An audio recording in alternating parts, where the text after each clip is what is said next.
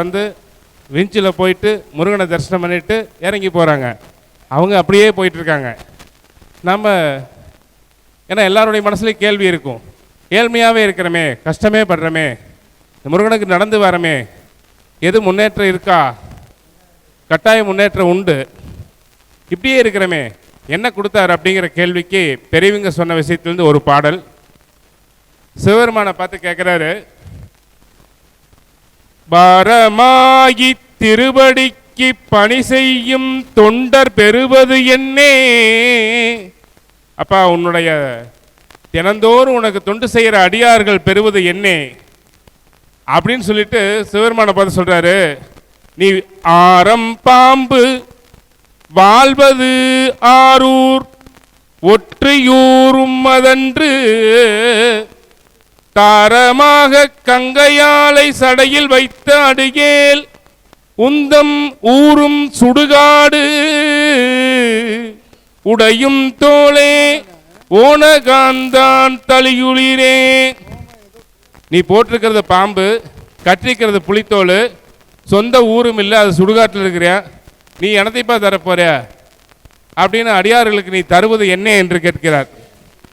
நாமளும் முருகப்பெருமானை பார்த்து கேட்போமோ, என்னப்பா கொடுத்தானே? அதே சுந்தரர் இல்வாழ்க்கையெல்லாம் இங்கே முடிச்சு தொண்டு செய்து இல்வாழ்க்கை மகிழ்ந்தடையேன் என்று சொல்றார். அவ்வளவு அற்புதமாக வாழ்ந்தவர். 2 மனைவியர், 2 மனைவியோடு வாழ்ந்தார். பறவை நாச்சியார், சங்கிலி நாச்சியார் என்ற 2 மனைவியோடு. அப்படி வாழ்ந்தும் கடைசியா உன்னை விட்டு இருக்க முடியலன்ட்டு சுவாமியை வேண்டும் பொழுது இந்திரன் மால் முதலிய தேவர்கள் எல்லாம் வந்து கூட்டிட்டு போறாங்க. யார? சுந்தரரை போய் அழைத்து வான் பெருமான் உத்தரவிடுறாரு, வந்து கூட்டிட்டு போறாங்க. அப்போ ஒரு பாட்டு பாடுறாரு பாருங்க. இங்க என்ன கேட்டாரு, நீ என்ன கொடுக்க போற? உங்ககிட்ட இருக்கிறது புலித்தோல், பாம்பு, இதை வச்சுட்டு என்ன கொடுக்க போறான்னு கேட்டார். அதுக்கு ஒரு விஷயம் சொல்லுவாங்க, நைந்து உருகும் அடியாரை நைய வைத்தாய். தினம் தினம் உருகிற அடியார் என்ன பண்றாரா? நைய வைத்தாய். இதுக்கா சாமி வழிபடுறது? அடியாரை நைய வைக்கிறாரே, இதுக்கா சாமி வழிபடுறது? நில்லாமல் தீவினைகள் நீங்க வைத்தாய். எப்போ அவன் திருவடியை பிடிக்கிறோமோ அப்பவே நம்ம ஆன்மாவை சுத்தம் பண்ண ஆரம்பிக்கிறார். நில்லாமல் தீவினைகளை நீங்க வச்சிடறார்.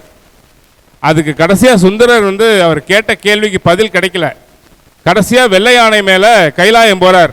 போகும்போது ஒரு விஷயம் சொல்றாரு, அப்பா நான் உன்னை அன்னைக்கு கேட்டேன், நீ என்ன கொடுக்க போறான்னு, சுடுகாட்டில் இருக்கக்கூடிய நீ என்ன கொடுக்க போறான்னு. இப்ப கண்ணார காங்கிற. எதை காங்கிற அப்படின்னா, மண்ணுலகில் பிறந்து உம்மை வாழ்த்தும் பலியடியார். மண்ணுலகில் பிறந்து அன்றாடம் நடைபயணம், அதாவது வருடந்தோறும் நடைபயணம் வரக்கூடிய அடியார்கள் முருகனுக்கு எனத்தை கண்டாராம். மண்ணுலகில் பிறந்து உம்மை வாழ்த்தும் பலியடியார் பொன்னுலகம் பெறுதல் கண்டேன், பொன்னுலகம் புகுதல் கண்டேன். எல்லாரும் எங்க போறாங்களா? மற்றவங்க எல்லாம் சாதாரணமா சொர்க்கத்துக்கோ நரகத்துக்கோ போறாங்களாம். நாமெல்லாம் எங்க போவோமா? பொன்னாலான உலகம். ஒரு பவுன் தங்க வாங்கறக்கே இன்னைக்கு விற்கிற விலைக்கு முடியாது. உலகமே பொன்னால் ஆனதாமா. அந்த உலகத்துக்குள்ள கூட்டிட்டு போறாரா சுவாமி. பொன்னுலகம் பெறுதல் தொண்டனேன் இன்று கண்டொழிந்தேன், விண்ணுலகத்தவர் விரும்பும் படுவெல்ல யானையின் மேல் என்னுடல் காட்டு வித்தான் நொடித்தான் மலை உத்தமனே அப்படிங்கிறார். அப்போ சுவாமியை வழிபடுறதும் அவனுக்கு செய்கிற கைங்கரியமும் சிவ புண்ணியம். இந்த சிவ புண்ணியம் உங்களை இவ்வுலகத்திலும் உயர்நிலையில் வாழ வைக்கும். சாதாரணமாக ஒரு மனிதனுக்கு செய்கிற புண்ணியம், நீங்கள் 1 ரூபாய் கொடுத்தால் அந்த 1 ரூபாய்க்கு உண்டான பலன் வரும். அது புண்ணியம் இல்லைன்னு சொல்ல. ஆனால் சிவ புண்ணியம் உங்களுடைய ஆன்மாவையும் பிறவியில் தோறும் உயர்த்தி கொண்டு போய் பிறவா நிலைக்கு கொண்டு போகும். இந்த உலகத்திலும் எல்லா செல்வமும் கிடைக்கும். பக்குவப்பட்டு கொடுப்பார். பக்குவம் இல்லை. அப்பா சொத்தை எழுதி வைக்கிறாருன்னா பையன் பொறுப்பில்லாதப்ப எழுதி வைப்பாரா? எழுதி வச்சா தொலைச்சி விடுவான். அதே போலதான் ஒன்று நமக்கு கிடைக்கவில்லை என்றால் அதை காக்கும் பக்குவம் நமக்கு இல்லை என்ற அர்த்தம்.